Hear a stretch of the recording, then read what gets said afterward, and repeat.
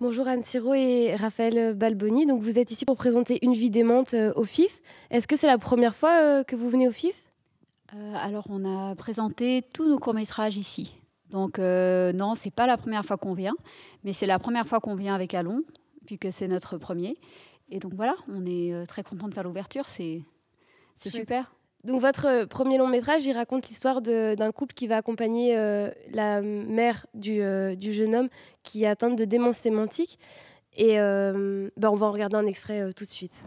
Tu peux me passer la passoire, maman? Ouais. La passoire. Tu trouves pas qu'elle était un peu bizarre, ta mère? Elle est toujours bizarre, ma mère. Qu'est-ce que t'as en ce moment? C'est quoi le problème, maman? Chaque fois que je suis inquiète, j'étais allée foutre le nez dans tes affaires. Elle est déclarée en retraite de toute activité depuis 2 ans. Mais qui a fait ça? C'est Ouais. fort. Mais c'est vous, c'est madame qui a fait ça. C'est madame. C'est madame. Madame, vous êtes dans ma voiture? Bonjour, monsieur. Bah, qu'est-ce que vous faites là? Ah bah, je fume, monsieur. Maintenant, on fume. C'est la dernière personne avec qui j'ai fait l'amour. Bah, maman. Et donc votre film, il oscille entre le drame et la comédie. Est-ce que c'était important pour vous de parler avec de la légèreté d'un sujet aussi tragique? Oui, c'était un peu l'idée dès le départ. C'était on a un cadre qui est assez lourd et assez triste, et en même temps de cette maladie. Et voilà, cette personne n'est pas consciente qu'elle est malade. Pour elle, c'est tout le monde autour d'elle qui déraille.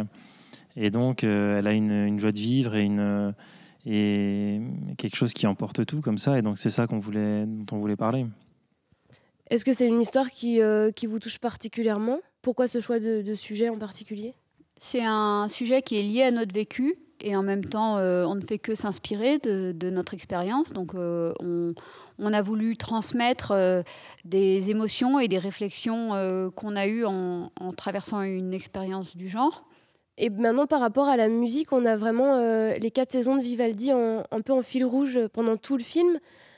Pourquoi ce choix de musique? On a l'impression que le film est même construit autour de cette musique.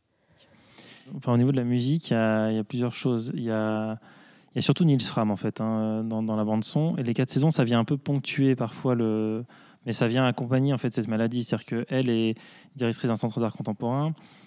Elle n'écoute pas les 4 saisons de Vivaldi à fond dans sa voiture. Et d'un coup, elle se met à le faire. Et donc, c'est ça qui fait tiquer son fils au début, en se disant, tiens, c'est bizarre qu'elle se mette à écouter ce genre de musique. Et puis, on va revenir avec ce morceau plusieurs fois pour justement, un peu comme le motif jungle qu'on utilise, un peu parler de cette maladie d'une manière visuelle ou sonore. Ici, c'est pour la musique. Et au niveau du montage, on voit aussi beaucoup de cuts. En fait, on a l'impression que le film est très rythmé. Quelle était l'intention derrière ce choix de montage? En fait, on a travaillé sur nos courts-métrages avant, en tout cas sur les trois derniers, de la même manière. C'est-à-dire qu'on filme, on ne découpe pas, on a un plan par séquence, et à l'intérieur de ça, on va aller chercher les moments qui nous intéressent et on va les monter les uns avec les autres. Donc on est tout le temps en jump cut, et c'est comme ça qu'on va aller chercher l'essence même de ce qui nous intéresse, des petites pépites que les comédiens ont proposées, qu'on met comme ça bout à bout et qu'on construit nos séquences comme ça, quoi. Ça libère aussi les comédiens et les comédiennes de faire une prise parfaite. On ne demande jamais une prise parfaite. De toute façon, on n'utilisera jamais une prise de A à Z. Et donc on peut dire dans votre film qu'il y a presque une co-construction avec les comédiens? Oui, effectivement, on les met à contribution vraiment très tôt dans notre système d'écriture. C'est-à-dire qu'on fait beaucoup d'allers-retours entre le scénario qu'on écrit et les choses qu'on expérimente avec eux.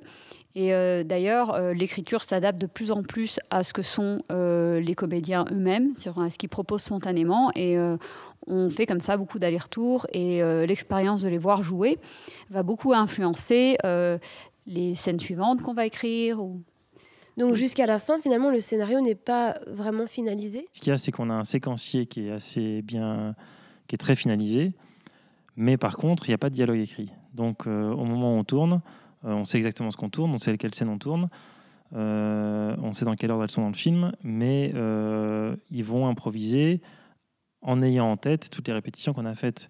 Oui, et puis ils répètent beaucoup, c'est-à-dire qu'ils n'ont pas de texte à apprendre, mais par contre, quand on arrive sur une scène, ils l'ont souvent déjà faite et dans le décor. Donc ils savent exactement, la mise en scène a déjà été expérimentée, le découpage a déjà été expérimenté, et donc ils ont une mémoire des répétitions, des déplacements qu'ils doivent faire, ils ont une mémoire de la scène, mais pas une mémoire papier avec un apprentissage par cœur des dialogues, par exemple.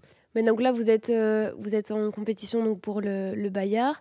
Est-ce que vous avez vu un peu les autres films en compétition aussi? Est-ce que vous espérez repartir avec ce Bayard de Namur?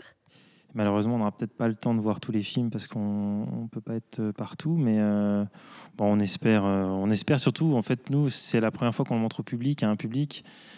Donc on espère que le jury aimera le film, évidemment. Mais... Et nous, on a déjà des grandes envies de partage de ce travail qu'on mène ensemble depuis un moment.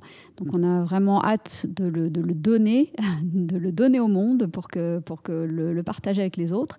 Et ensuite, on verra ce qui se passe, les prix, la circulation du film en festival. On le sait, les reconnaissances, c'est chouette. C'est chouette comme gratification, mais c'est aussi la promesse que le film sera encore plus vu, va encore plus voyager, parce que forcément, ça fonctionne un peu comme ça. Donc, on verra pour les prix et les sélections festivals. Ok. Merci beaucoup.